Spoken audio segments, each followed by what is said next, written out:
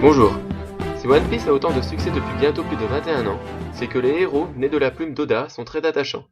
Plus que le scénario, ce sont les personnages hauts en couleur de la série qui font la force de One Piece. Aussi, dans cette vidéo, nous utiliserons deux modèles psychologiques, le MBTI et l'énéagramme, afin de scanner la personnalité de nos héros préférés. Je ne pourrai pas vous expliquer en détail comment ces modèles fonctionnent, ce serait trop long. Pour cela, je vous invite à faire vos recherches par vous-même. Après tout, si vous êtes de vrais geeks, ça ne devrait pas vous poser de problème. Je me contenterai de vous donner le type des principaux personnages en MBTI et en base énéagramme, en vous expliquant toutefois les raisons de mon choix lorsqu'il sera pertinent de le faire. Pour commencer, Luffy est ESFP en MBTI et en énéagramme, il est en base 7 avec une forte L8. Luffy a la construction psychologique typique des héros de shonen. Il a exactement la même construction psychologique que Gon d'Hunter x Hunter ou Sangoku de Dragon Ball Z. La difficulté pour typer ce genre d'énergumène, c'est que 90% du temps, ils ont le comportement typique de l'ESFP, c'est-à-dire qu'ils vivent à fond au présent, ils ont la joie de la bonne bouffe et ils ont une absence totale d'anticipation des conséquences de leurs actions à long terme. Jusque-là, on a le comportement typique de l'ESFP. Le souci, c'est que lorsqu'ils combattent, ces héros deviennent soudain très clairvoyants et sont capables d'utiliser leur fonction inférieure intuition introvertie comme s'il s'agissait de leur fonction dominante. Dans la réalité, ce n'est pas possible. La fonction inférieure ne commence à s'apprivoiser, et cela doucement, qu'à partir de 40 ans pour ceux qui en font le dur labeur. Donc ok pour Sangoku qui commence à se faire vieux, mais pour Luffy, c'est impossible. Cependant, n'oublions pas qu'il s'agit d'un héros de manga, et que ce genre de héros a souvent la sagesse de l'idiot, un petit peu comme Nasreddin Hoja par exemple. Pour ces raisons, Luffy peut être facilement confondu avec un intuitif, et sera parfois typé ENFP. Cependant, 90% du temps, Luffy a un comportement 100% ESFP et ne visualise jamais la portée future de ses actions et les catastrophes qu'il génère. En ce qui concerne le second de l'équipage, il est facile de deviner que Zoro est ISTP. Par contre, il est difficile de cerner sa base énéagramme. Il est en base 8 avec une forte L9.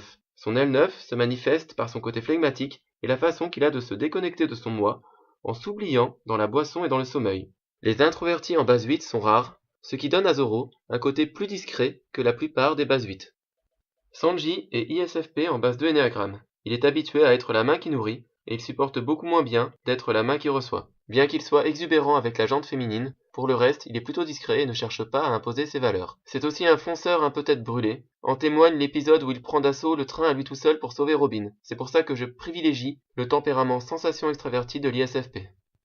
Pour Usopp, nous avons un dominante intuition extravertie ENFP qui a beaucoup d'imagination. La peur est au centre de sa personnalité, c'est un 6 phobique avec une L7. De temps en temps, il a des crises contrephobiques. Il va alors brièvement nier sa peur et adopter un comportement téméraire, notamment lors des apparitions de Sogeking. Chopper est INFP, il est également en base 6, 100% phobique. Chopper a conscience d'être très peureux, néanmoins, il fait preuve d'un grand courage lorsqu'il est au pied du mur. À noter, Koda aime bien les personnages en base 6, puisque Kobe est également INFP 6 phobique, et que le personnage Ace au point ardent a lui une personnalité ESTP 6 100% contrephobique. Ace a aussi la peur de ne pas mériter de vivre au centre de sa vie. Afin de lutter contre ses peurs et ses doutes, il adopte un comportement exagérément téméraire qui peut faire penser à du 8. Cependant, c'est une base 6, il ne recherche pas le pouvoir pour lui-même, mais est dévoué à 100% à Barbe Blanche. Nami est probablement ESTJ en base 3. Elle est active, orientée action et réalisation.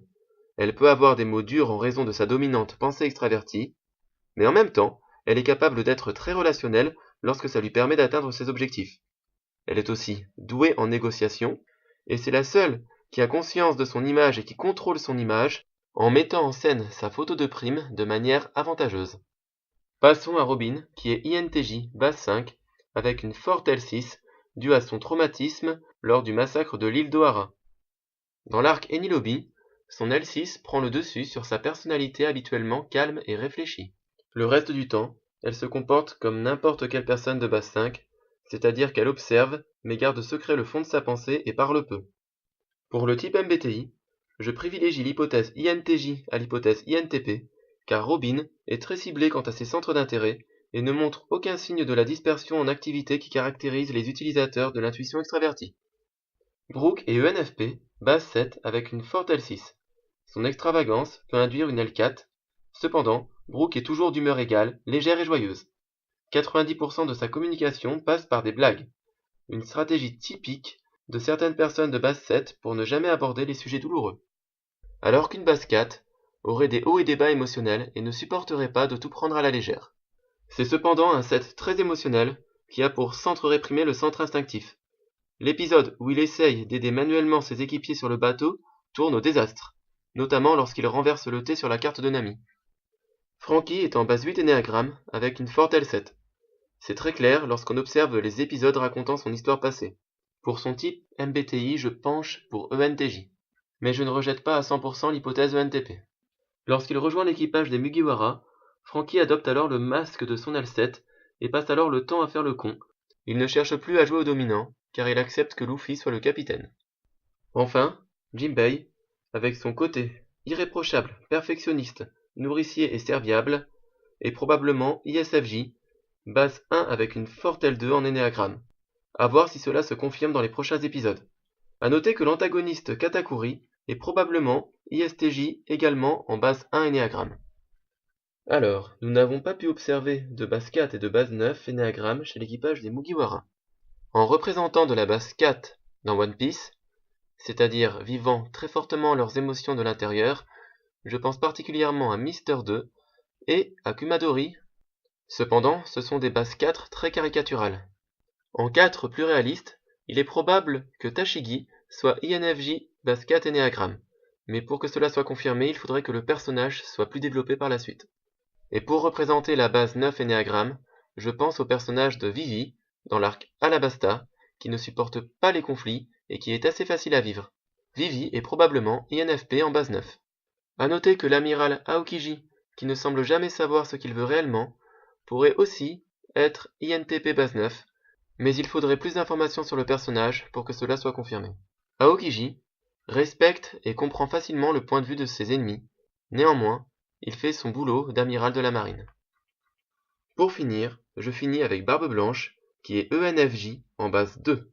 C'est un personnage tourné vers autrui et très nourricier, malgré son apparence terrifiante. Enfin, en ce qui concerne le personnage de Garp, s'il est très facile de l'identifier en base 8 énéagramme, je m'interroge quant à son type MBTI. J'hésite entre ESTJ et ESFJ, car il a un côté très nourricier, derrière une apparente brutalité. J'espère que cette vidéo vous a plu. N'oubliez pas que ce sont des personnages fictifs. Si votre diagnostic diffère du mien, n'hésitez pas à vous exprimer dans les commentaires. Il est temps de lever l'ancre. Bon voyage. Bonne recherche à vous sur le MBTI et sur l'énéagramme. Au revoir.